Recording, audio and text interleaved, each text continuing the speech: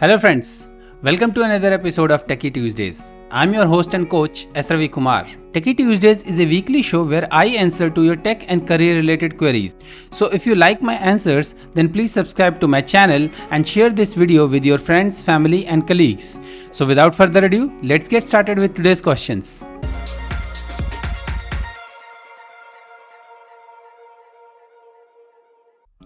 Today's first question is asked by Hiral Thakkar. She is asking, which MNC are worth joining for a better work-life balance in India? Hiral, in present situations when most of the people are working from home, the work-life balance line has been blurred a bit. In my opinion, all the MNCs in India have policies in place for maintaining a healthy work-life balance for their employees.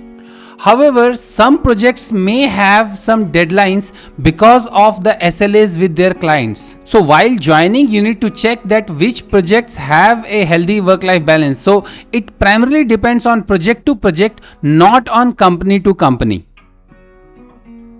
Next question is from Janosh Krishan. He's asking, when you apply for a developer job, should you include not just your LinkedIn but your GitHub profile link as well? Janosh, it totally depends on you. Do you maintain your LinkedIn and GitHub profiles? If you are active on LinkedIn, write posts regularly or reply to the post, you have recommendations, then you should put your LinkedIn profile in your resume.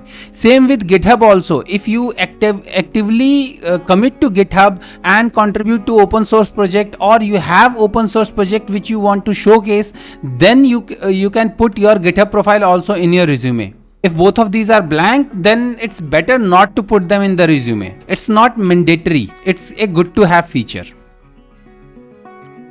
Next question is from Sajini P. She's asking, I have an experience in WPF, but I want to work with ASP.NET MVC Web API. What can I do? Sanjini, my suggestion for you would be to go for MCTS certification, which is Microsoft Certified Technology Specialist for ASP.NET Core MVC. Once you have got the certification, then you can talk to your superiors or seniors that you want to work in ASP.NET Core MVC and you should be reassigned to the project which is in ASP.NET Core MVC. Because right now, since you have experience in WPF, so even if you say to your seniors that you want to work in ASP.NET MVC, they won't move you there unless and until they have a requirement, or unless and until you show your capability that you know about ASP.NET Core or ASP.NET MVC. So get a certification first and then talk to your seniors about changing your profile. Next question is my favorite question. It's from Abhishek Patel.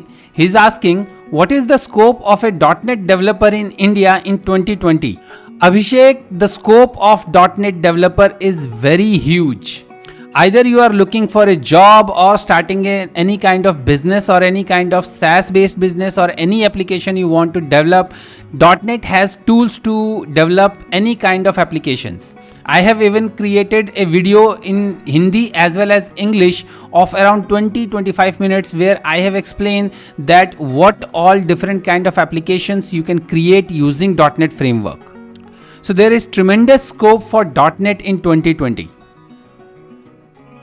Next question is from Sudha Sattva Bhaumik. He is asking, while working in an MSc, can I start teaching in Edureka, or will that cause legal problems? Bhaumik, you need to check with your HR first. I don't think your HR will allow you to teach in Edureka while working in your company, because it's kind of a secondary income. Most of the companies in India doesn't allow their employees to work in another job or anything else while they are working full time in their company. So yes, there will be legal problems if you teach in Edureka while working in the MNC. So you need to check with your HR first. Next question is from Partha Pratim Deb. He's asking, what is the best programming language that's going to help you boost your career in the software product sector? Partha, even though my answer will be biased because I am more biased toward .NET, C# and associated technologies, but you need to check first that what kind of product companies you are talking about. or what kind of product you want to develop. Do you want to develop a web-based application? Do you want to develop a SaaS-based web-based application, or do you want to develop a mobile application, or do you want to develop a end-to-end solution? So it depends on what kind of product you are joining. But usually .NET has all the offerings for developing any kind of product, as well as there are a lot of jobs related to .NET technologies in the market. So in my opinion, the language would be C# and the framework would be .NET. Next question is from Nikhil Bachav. He is asking, should I switch my career from web development to AWS? Nikhil, you are comparing apple and oranges here. Web development is a different skill and AWS is altogether different skill. And even in AWS also there are many offerings. There are IaaS offerings, infrastructure as a service, or PaaS, that is platform as a service, or software as a service. So what do you want to do in AWS? Web development has lot of scope. So my suggestion for you would be to stick to web development. But if you don't like coding, then of course you can switch to AWS, as there are many offerings by AWS where no coding is required. However, my suggestion for you would be to stick to web development. Next question is from Jayanti Lal Patel. He's asking, what are the best professional certifications to have for a better business or career? Is it worth it? Jayanti Lal, if you are a fresher, then my suggestion for you would be to get a degree rather than a certification. So if you're talking about getting into business, go for a MBA from either IIM or any good business college. Or you can get an engineering degree from good engineering colleges like IIT, NETs, etc. So if you want to have a good business or career in India, my suggestion for you would be to go for degree rather than certifications. Certifications are more suitable for experienced people for upskilling themselves. So if somebody is already working in something, let's say he is working in a particular technology, so he can get certifications for that technology.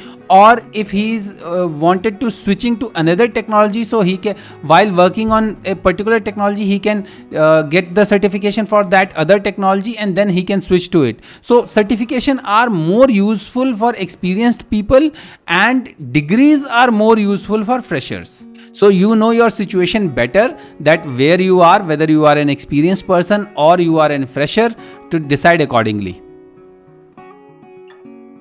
Next question is from Dinesh Valaraman. He is asking, which is the best learning platform for a .NET web developer, LinkedIn Learning or Pluralsight?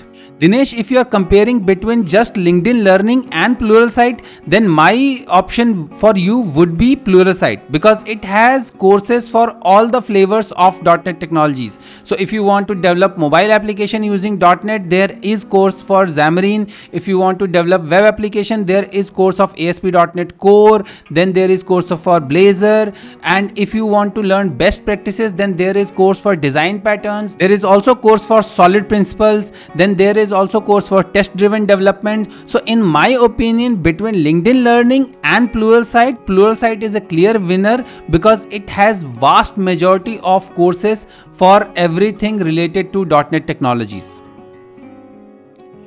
Next question is from Shashi Kumar. He is asking, what are the best practices for an experienced professional to get a job quickly in other IT companies? Shashi, the best practices which I am going to tell you are not only good for getting the next job easily, they are also good for getting a good raise or developing your career. So the first best practice is improve your communication skills. You should be able to explain whatever you know, whether it is technology, whether it is a concept, in a good, easily understandable manner. The second one is improve your social network.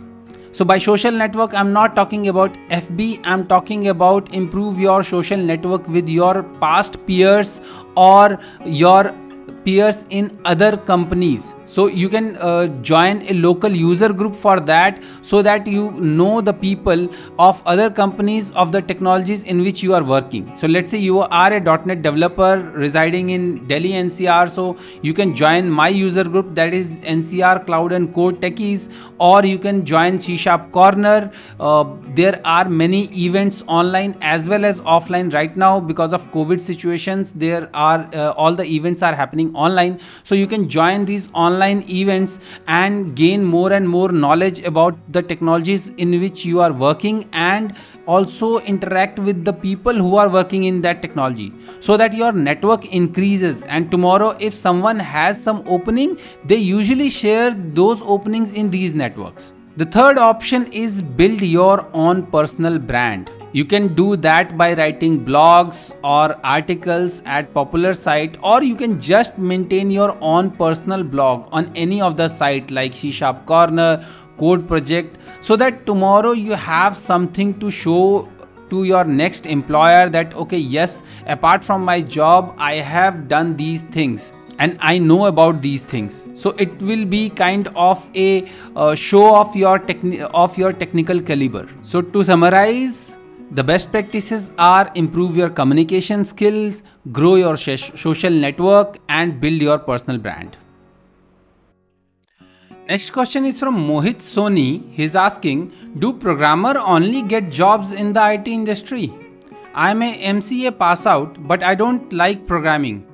What do I have for a job now? Mohit, there are many jobs in IT industry apart from programmer. However, since programming is the base of all the applications, so that's why people consider programming as the only job in the IT industry. I have created a video about IT industry jobs explained, so you can watch that video. I'll put the link of that video in the description, so you can watch that video and see that there are many jobs apart from programmer, like network engineer or tester or business analyst or product engineer. So there are many jobs in IT industry apart from programmer.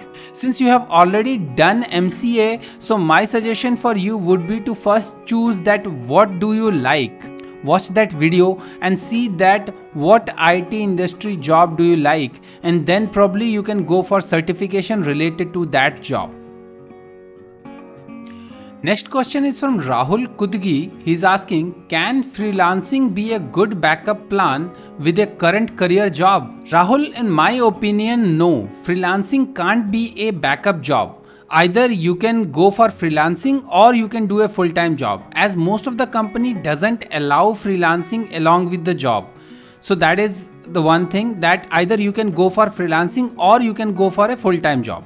If you are thinking that okay, if my job doesn't work, I'll go for freelancing, for that also it's like searching for a job. So because you have to search for freelance gigs also. So in my opinion, it's not a backup. Backup is something which is already there, on which you can fall back. Let's say you have a farmland, so you can go for farming once your job doesn't work out. So that thing can be called as a backup. But freelancing is not a backup, it's an alternate option to your job. So either you can do the job or you can do freelancing.